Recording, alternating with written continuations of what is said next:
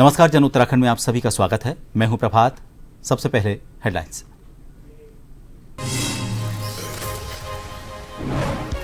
Dhami cabinet की बैठक में 32 प्रस्तावों पर लगी मोहर। कैबिनेट ने 1 लाख करोड़ के बजट को दिखाई हरी झंडी। केदारनाथ और हेमकुंड साहिब के रोपवे को मंजूरी। पूर्व विधायकों की पेंशन में 20,000 का इजाफा।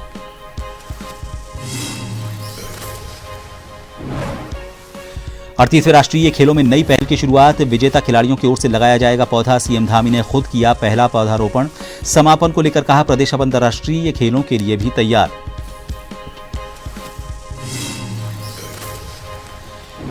यूसीसी को दी गई हाईकोर्ट में चुनौती। फिल्म अभिनेता नवाजुद्दीन सिद्दीकी के भाई ने दी याचिका। मंत्री प्रेमचंद बोले, धर्म जाति के रीति रिवाज के साथ नहीं की छेड़छाड़।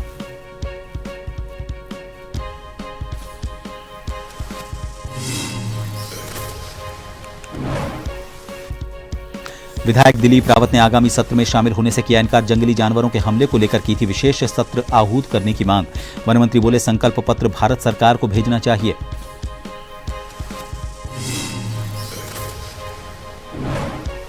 और हरिद्वार में माघ पूर्णिमा पर गंगा घाटों पर उमड़ी भीड़। हजारों की संख्या में श्रद्धालुओं ने लगाई आस्था की डुबकी। सुरक्षा को लेकर पुलिस प्रशासन ने किए पुख्ता इंतजाम।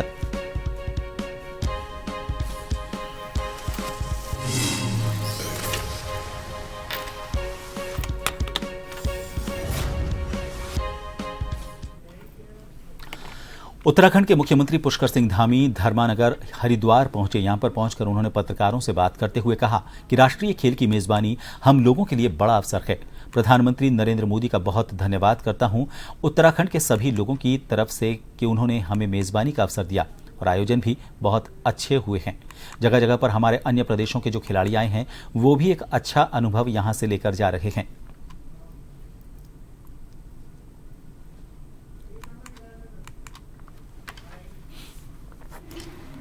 हमारे राज्य के लिए बहुत बड़ा हमारे लिए ऐतिहासिक क्षण है, अवसर है। मैं आदरणीय प्रधानमंत्री जी का देवभूमि उत्तराखंड के सभी लोगों की ओर से उनका धन्यवाद करता हूं कि उन्होंने हमको राष्ट्रीय खेलों की मेजबानी का अवसर दिया और एक अच्छा उत्साहपूर्ण वातावरण पूरे राज्य के अंदर निर्मित हो गया है। 11 स्थानों पर ये प्रतियोगिताएं हो रही हैं और मैं अधिकांश स्थानों पर गया हूं। मैं देख रहा हूं जो हमारे खिलाड़ी पूरे देश भर के आए हैं वो भी एक अच्छा अनुभव लेकर जा रहे हैं।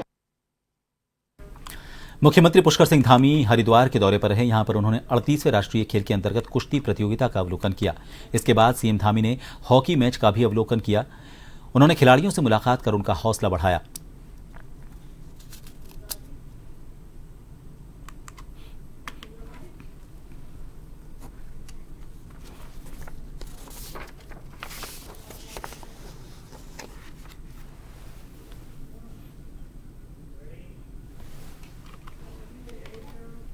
उत्तराखंड में राष्ट्रीय खेल चल रहे हैं और 38वें राष्ट्रीय खेलों के लिए उत्तराखंड में अच्छे इंफ्रास्ट्रक्चर तैयार किए गए हैं। अलग अलग जगहों पर उत्तराखंड में खेलों के लिए इंफ्रास्ट्रक्चर बनाए गए हैं। इसको लेकर उत्तराखंड के मुख्यमंत्री पुष्कर सिंह धामी ने कहा कि मैं देश को ओलंपिक की मेजबानी मिली है, इसके लिए उत्तराखंड भी पूरी तरह तैयार है। उत्तराखंड में अब विश्व स्तर के खेलों के लिए यहाँ के बच्चे और इंफ्रास्ट्रक्चर पूरी तरह तैयार है।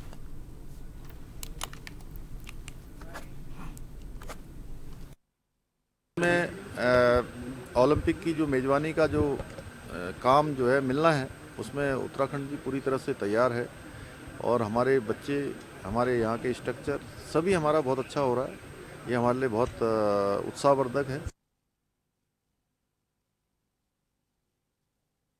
उत्तराखंड में 12 महीने लगातार 4 धाम यात्रा का संचालन किया जा रहा है।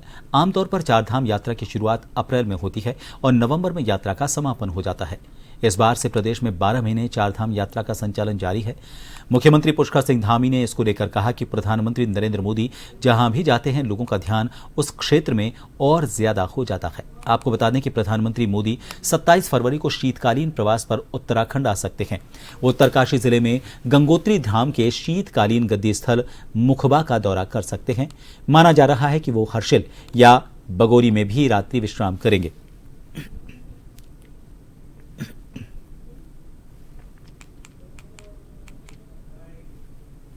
देखिए, इस वर्ष हमने शीतकालीन यात्रा का जो शुभारंभ पिछले 2024 दिसंबर से प्रारंभ किया है वो हमारे राज्य के लिए बहुत समृद्धि का कारण आने वाले समय में बनने वाली है।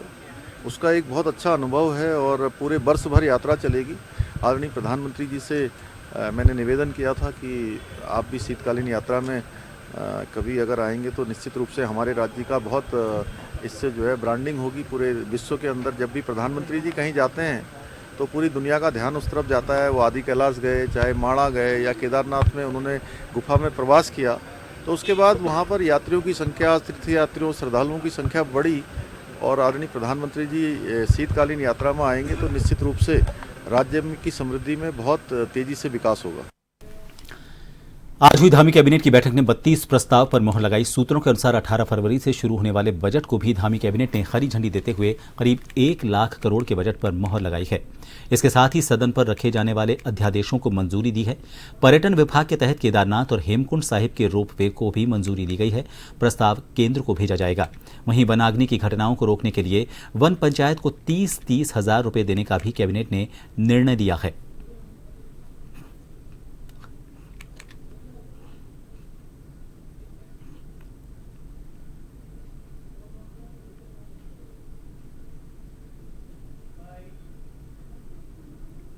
बत्तीस प्रस्तावों पे चर्चा हुई है। माननीय मंत्रिमंडल ने उस पर चर्चा की है और एक जिस प्रकार से हमारा बजट आ रहा है उस पर भी बातचीत हुई है। क्योंकि आप जानते हैं 18 फरवरी से ले हमारा बजट सत्र आ रहा है, उस बजट पे भी हमारे यहाँ चर्चा हुई है। उधम सिंह नगर के बाजपुर के मंडी समिति में पंडित गोविंद वल्लभ पंत पार्क में संत रविदास जयंती के अवसर पर भाजपा नेता गौरव शर्मा और एसडीएम अमृता शर्मा ने हाथ में झाड़ू लेकर स्वच्छता अभियान चलाया, जिसमें पंत पार्क में एकत्रित कूड़े को नगरपालिका की कूड़ा गाड़ी में डाला। वहीं भाजपा नेता गौरव शर्मा ने कहा कि संत रविदास जी हमारे आदर्श हैं, उनसे हमें बहुत कुछ सीखने की प्रेरणा मिलती है। इस उपलक्ष्य में सफाई अभियान चलाया जा रहा है।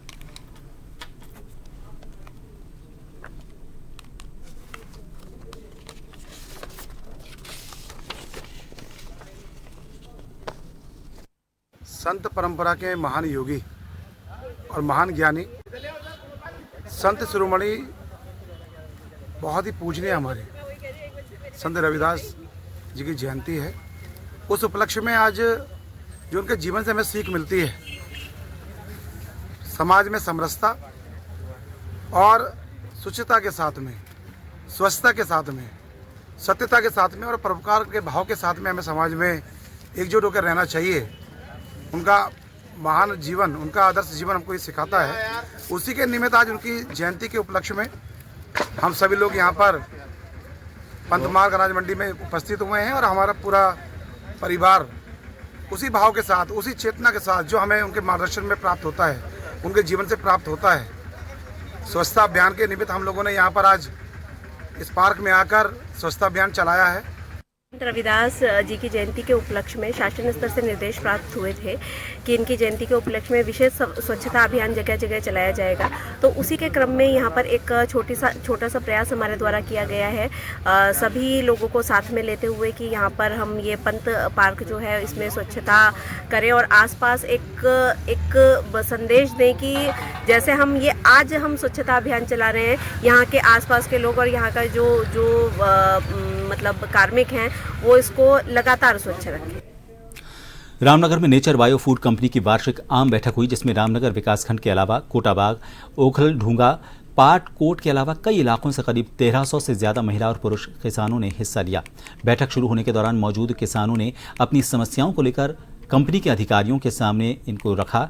जहां एक और अपनी बातें रखकर उनका समाधान करने की बात कही, तो वहीं किसानों द्वारा कंपनी के द्वारा किसानों को दी जाने वाली विभिन्न प्रकार की सहायता और सौर ऊर्जा लाइट न दिए जाने पर कड़ी नाराजगी जताई है। इसके बाद कंपनी के अधिकारी किसानों के जवाब दिए बिना वहां से चले गए और फोन भी बंद कर लिए। मामले के संबंध में अब कंपनी के वरिष्ठ अधिकारियों से संपर्क कर किसान अपनी शिकायत दर्ज करवाएंगे।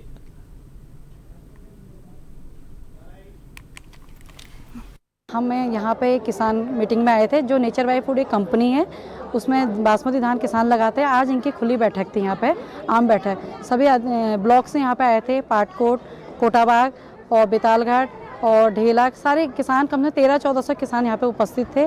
तो जिससे कि कुछ किसानों ने अपनी बात रखी कि यहाँ पे सोलर फेंसिंग जो है एक ही गांव को दी जाती है, किसान तो सभी जगह हैं। जैसे ढेला में जो किसान है केवल उन्हीं को दिया जाता है, बाकी जगह यहाँ पे कोई योजना का नाम नहीं दिया जाता है। कुछ ट्रैक्टर्स वगैरह दिए जाते हैं या ट्रैक्टर वगैरह वहाँ दिए जाएंगे जहाँ पे अध्यक्ष हो या उसके आसपास के लोग हों, वहीं पे दिया जाता है। पहाड़ी क्षेत्रों में कोई विकास नहीं हुआ है, ना ही कोटाबाग के अंदर जो बैलपड़ाव क्षेत्र है ना वहाँ पे कोई विकास किया गया है। इन्होंने सभी किसान बड़े संतुष्ट, बड़े उससे वो थे कि हम लोग आज मीटिंग में जा रहे हैं, अपनी बातें रखेंगे। लेकिन यहाँ पे आप देखिए कि सारे जितने अधिकारी यहाँ पे आए थे सब अपनी कुर्सी छोड़ के भाग चुके हैं। अब पता नहीं, अब ये हम क्या जान सकते हैं, ये तो कर्मचारी आप ही लोग जान सकते हैं कि क्यों गायब हो गए। 2-4 बातें कही लोगों ने और फिर ऐसे गायब हो रहे, चलो चलो चलो घर में चलो। किस लिए आ रहे हैं? खाने के लिए थोड़ा आ रहे हैं, हम भूखे थोड़ना है, बात सुनने के लिए आ रहे हैं, बात देखने के लिए मतलब सुनने के लिए आ रखे हैं यहाँ पर। और जो काम भी हो रहे हैं यहाँ पर, जैविक मतलब धान लगा रहे हैं, बासमती का धान लगा रहे हैं हम लोग। तो इसमें ये है कि मतलब जो चीज़ मिलती है वो चीज़ मतलब पैसों में मिलती है कि यहाँ से फ्री मिलती है, ये बताओ आप लोग पहले। और हम लोगों से पैसे लेते हैं, फिर ये लोग आगे वो करते हैं। जब पहले साल में जब 24 में, हाँ 24 में पाइप आए थे, पाइप हमको नहीं मिले। सारे गाँव वाले उखड़ ढूंगा को मिले हैं, हमको नहीं मिले। उत्तराखंड में समान नागरिक संहिता को लेकर अब कई लोगों ने सवाल खड़े कर दिए हैं और राज्य के कुछ लोग इस मसले को लेकर हाईकोर्ट भी पहुंच गए हैं। इस पर कैबिनेट मंत्री प्रेमचंद अग्रवाल का कहना है कि 3 वर्ष की मशक्कत के बाद उत्तराखंड में यूसीसी के नियम बनाए गए हैं और इसमें स्पष्ट बातें लिखी हुई हैं जिसमें किसी भी धर्म जाति के रीति रिवाज के साथ छेड़छाड़ नहीं की गई है। लगता है इस तरह के प्रोपेगेंडा फैलाने वालों ने यूसीसी के नियमों को सही तरीके से अध्ययन नहीं किया।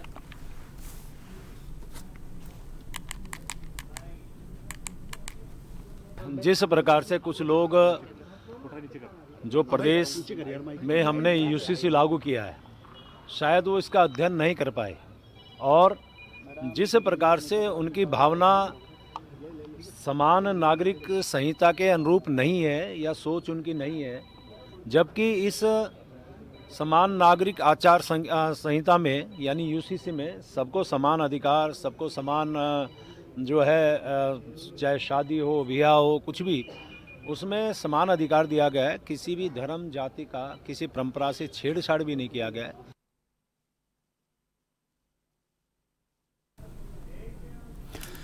एक छोटे से ब्रेक के लिए रुकेंगे, देखते रहिए जन टीवी।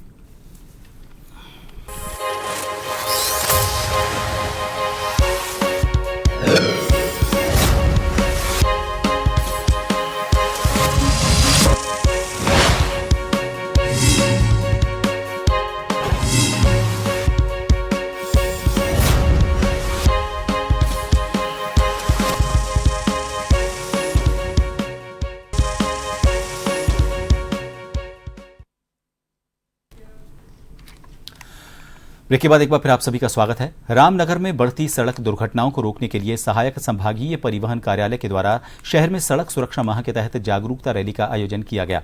इस रैली को एआरटीओ संदीप वर्मा ने हरी झंडी दिखाकर रवाना किया। उन्होंने बताया कि केंद्र सरकार के निर्देश पर हर वर्ष ये कार्यक्रम किया जाता है। इस दौरान कोतवाल अरुण कुमार सैनी के अलावा यातायात पुलिसकर्मी और स्थानीय लोग भारी संख्या में मौजूद रहे। उत्तराखंड में वनाग्नि नियंत्रण पर प्रधानमंत्री कार्यालय के निर्देश पर राष्ट्रीय आपदा प्रबंधन प्राधिकरण और उत्तराखंड राज्य आपदा प्रबंधन प्राधिकरण के संयुक्त तत्वावधान में 13 फरवरी को प्रदेश के कई जिलों में मॉक ड्रिल की जाएगी। इस मॉक ड्रिल में क्या कुछ होने वाला है, देखिए हमारी खास रिपोर्ट में। वनाग्नि को लेकर हमेशा से हिमालयी राज्यों को लेकर चिंता जताई गई है।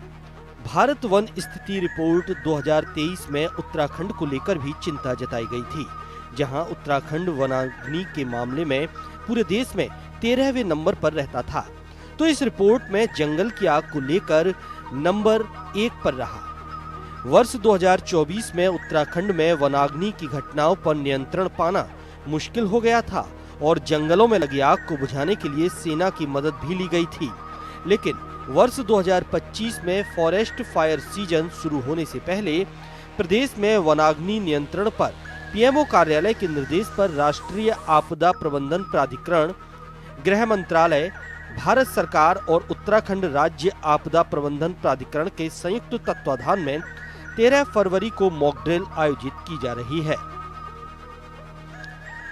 आपदा सचिव विनोद कुमार सुमन ने जानकारी देते हुए बताया कि मॉक ड्रिल करने को लेकर प्रधानमंत्री कार्यालय से निर्देश प्राप्त हुए थे, जिसके लिए मुख्य सचिव, आपदा सचिव और NDMA स्तर पर पहले ही बैठकें की जा चुकी हैं। पहले 7 जनपद में ये कार्रवाई की जानी थी, लेकिन अब 6 जनपद में की जा रही है। माननीय प्रधानमंत्री कार्यालय से निर्देश प्राप्त हुए थे NDMA को कि उत्तराखंड में मॉक ड्रिल कराना है फॉरेस्ट फायर के ऊपर।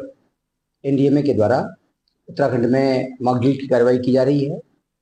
इसके लिए 3 बार मेरे लेवल पे, 1 बार चीफ सेक्रेटरी मैडम के लेवल पे और 2 बार NDMA के लेवल पे बैठक हो गई हम लोगों की।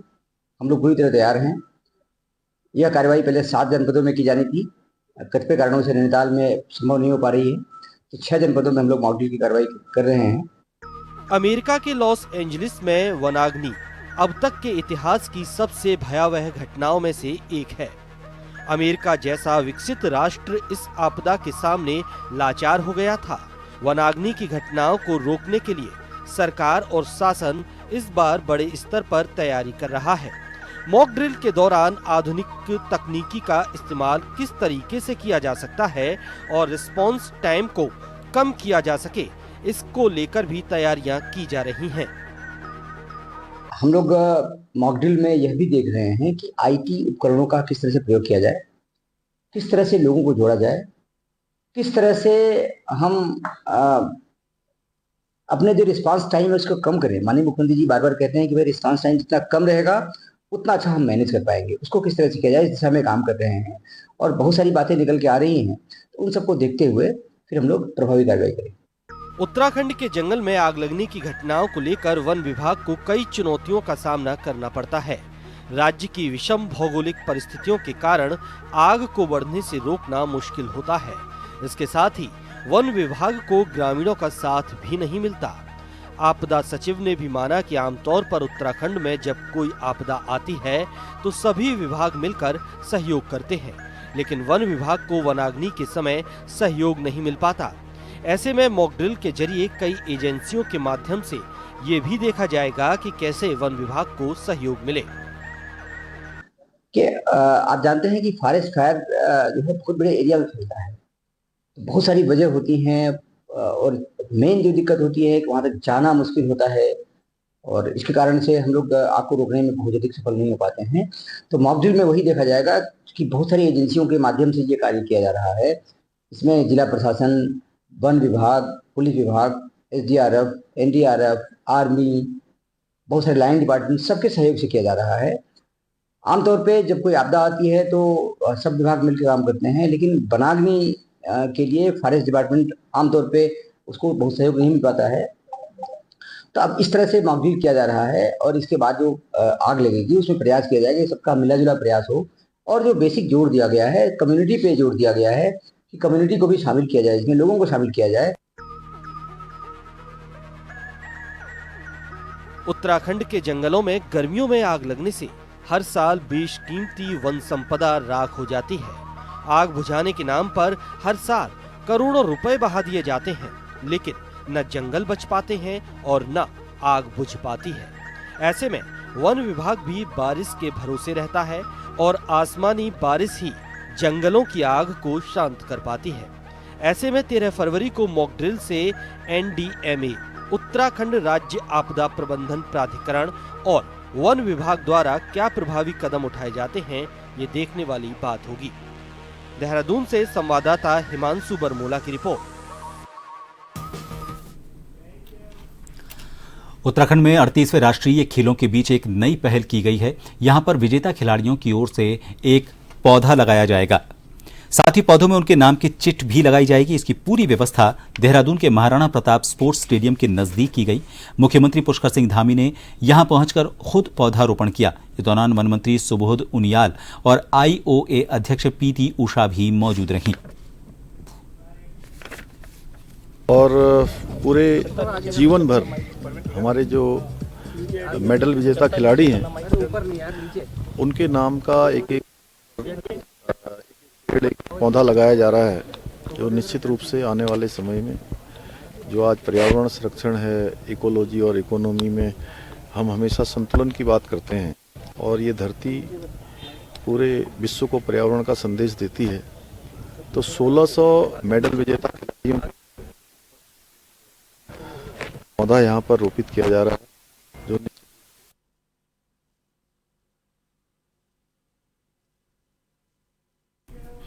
रामनगर में कोतवाली पुलिस ने फरार चल रहे 3 गो तस्करों को गिरफ्तार कर लिया है। आपको बता दें, कुछ दिन पहले मोहल्ला गूलर घट्टी क्षेत्र में 3 लोग एक गोवंश को चोरी करके ले जा रहे थे, लेकिन मोहल्ले वासियों के जागने के बाद गो तस्कर बाइक और गोवंश को छोड़कर फरार हो गए। पुलिस ने आरोपितों के खिलाफ संबंधित धारा के तहत मामला दर्ज कर उन्हें कोर्ट में पेश करने की कार्रवाई की।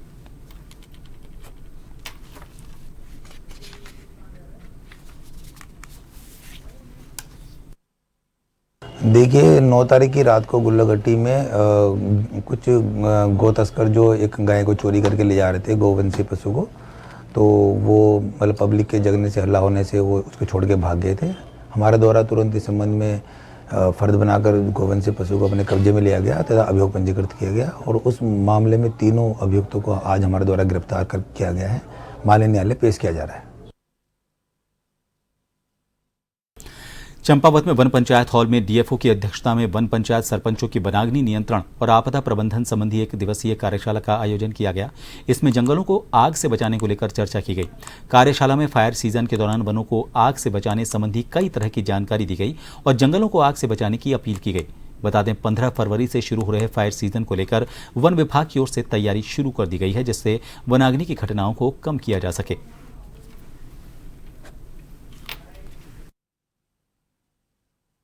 समय जो होगा, हम चंपावत जनपद के सभी 571 वन पंचायतों को एक ट्रेनिंग दे रहे हैं और उनको किट्स भी उपलब्ध करा रहे हैं और इसमें अलग अलग ब्लॉक में अलग अलग दिनों में ये कार्यक्रम हो रहा है और यहाँ चंपावत से शुरुआत हो रही है। इसमें आपदा से संबंधित सभी, चाहे बाढ़ की आपदा हो, भूकंप की आपदा हो या फर्स्ट एड में कैसे काम करना है, घायल अगर कोई होता है, इन सभी चीज़ों का एक किस्म से सभी विभाग प्रशिक्षण देंगे।